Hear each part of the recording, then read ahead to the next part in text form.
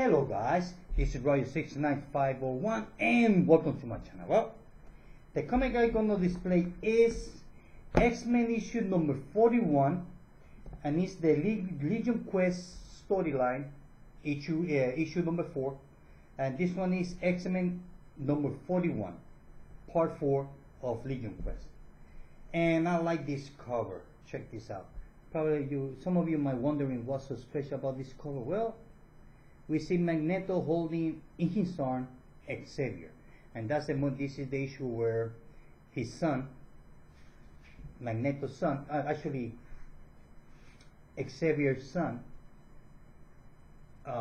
he went back in time to kill Magneto, thinking that that would be a way to end the war between mutants and humans. The thing is that his son, Xavier's son, is very schizophrenic. Oh, extremely schizophrenic. Way beyond schizophrenic. Actually, he has multiple, if I'm not mistaken, he has multiple personalities. If I'm not mistaken. If I am, let me know. So, his son, like I said, went back in time to kill Magneto.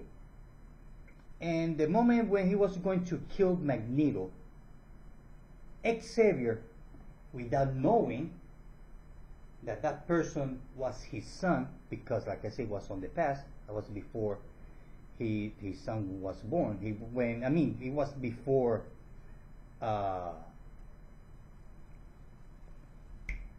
Xavier had a son. So the thing is that he went to kill Magneto, and his father, Xavier, stood between Magneto and the bullet, and Xavier got shot by mistake, or I don't know, you can call it whatever you want. So he got shot and he died, and that's how the Age of Apocalypse was born. So in a direct way, so thanks to his son, that's how the Age of Apocalypse storyline was born, which is really interesting series. I mean, it was a huge crossover book, and that's the story of issue number 41 of X-Men. Well, now to the main story.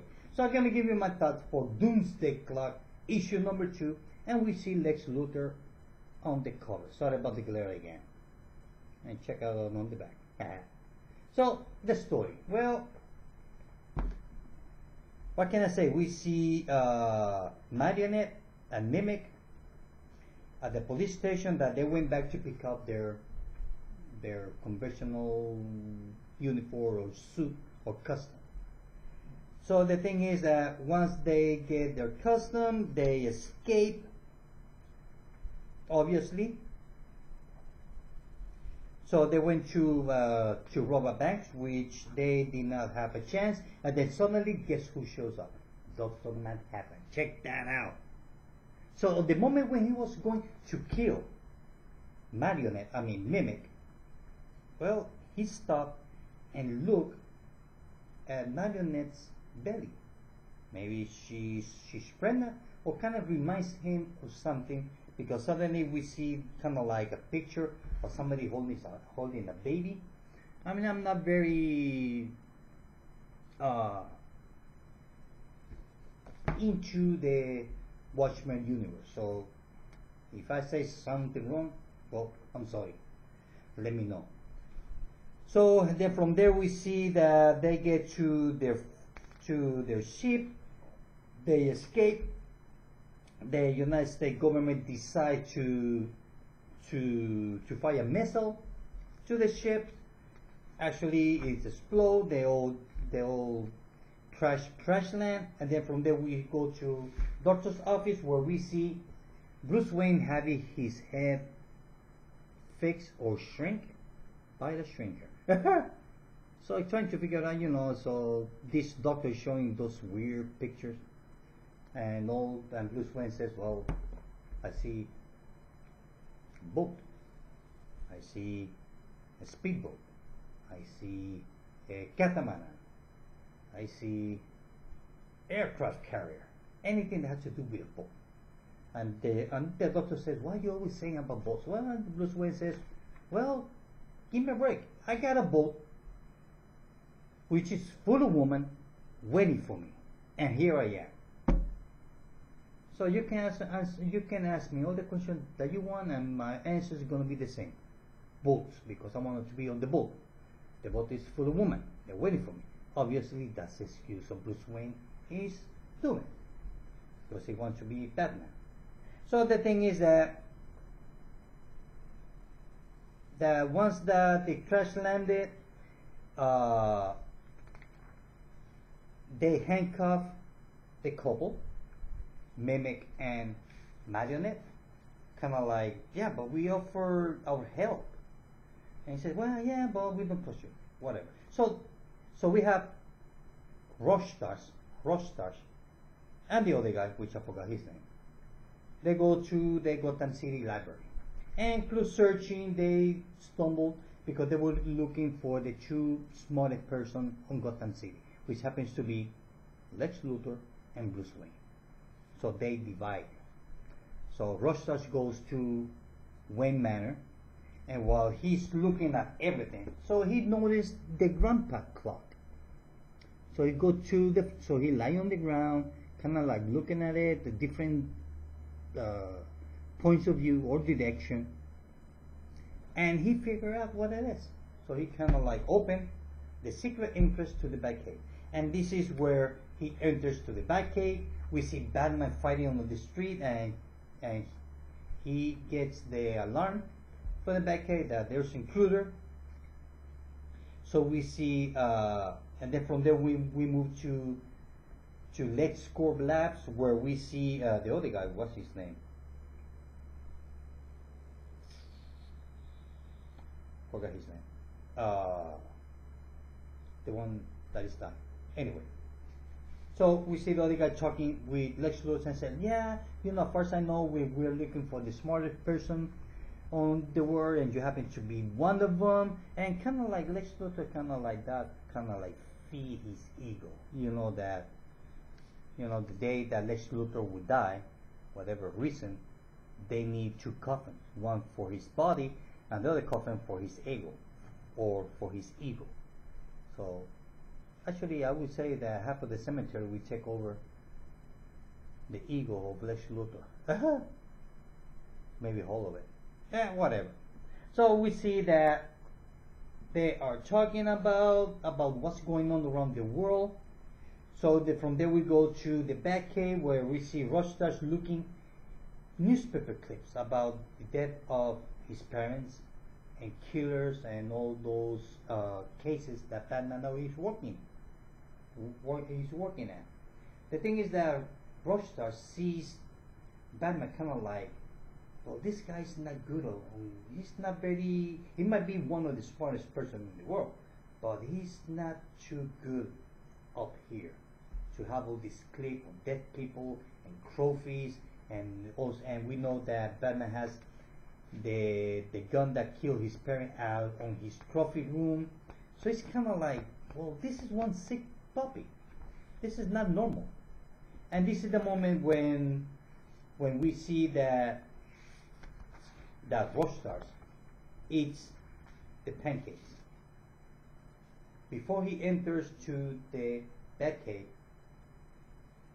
Alfred left him on the table a plate full of pancakes. He said, well, your dessert.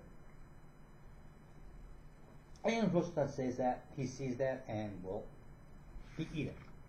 So once all that happened, we see, guess who show up also? The comedian, which I believe the comedian is supposed to be dead. I mean, actually everybody's dead, but somehow, I know, it's coming, but still. And then we see those famous two panels where Batman says to Rorschach, you eat my breakfast. And Rorschach says, Yes, I did. And that was the end of issue number two of Doomsday Clock. Now, I have to say that the story was a lot better than issue number one. Issue number one was pretty good, but this one was a lot better. Oh yeah, big time. Whoa. Way better. So, if you're not reading Doomsday Clock, give it a try. Well, we're now in issue number 7, I think it is. Issue number 8, because so far as I know, it's supposed to be 12, which is supposed to be a 12-month event. It's going to be like 3 years event. So we're up to now issue number 7, I believe so, and this one came out, what year?